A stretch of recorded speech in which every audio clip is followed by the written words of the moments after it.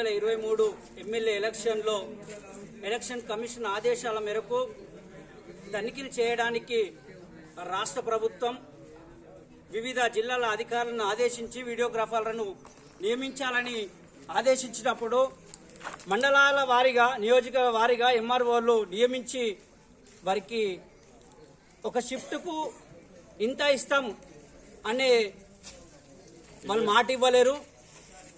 అది అయిన తర్వాత ఎలక్షన్స్ అయిన తర్వాత వీడియోగ్రాఫర్లు ఎంఆర్ఓల చుట్టూ కలెక్టర్ ఆఫీసుల చుట్టూ తిరిగి వాళ్ళ పెట్రోల్ డబ్బులు ఖర్చు అవుతున్నాయి కానీ వారికి తగినంత కనీస రోజు వేతనం కూడా ఇంతని ప్రకటించడం లేదు.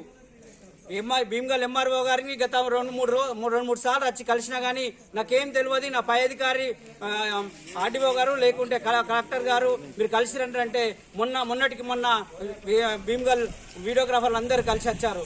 అయినా ఎంఆర్ఓ గారు సరైన స్పందన ఇవ్వడం లేదు.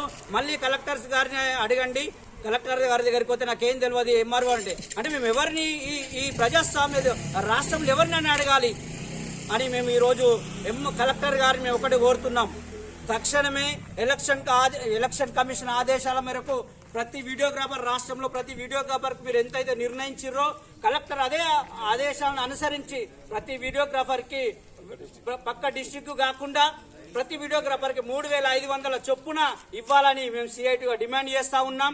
ఎందుకంటే ఈరోజు చాలని వేతనాలతో ఈ వీడియోగ్రాఫర్లు కొనసాగిస్తా ఉన్నారు. ఈరోజు ధరలు పెరిగినాయి.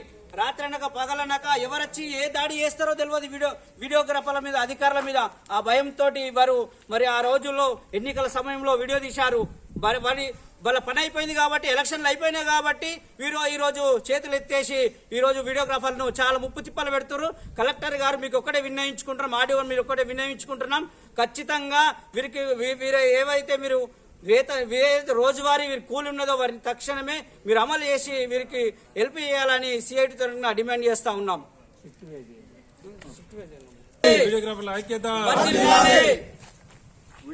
వీడియోగ్రాఫర్ల ఐక్యత, వీడియోగ్రాఫర్ల ఐక్యత, వీడియోగ్రాఫర్ల ఐక్యత.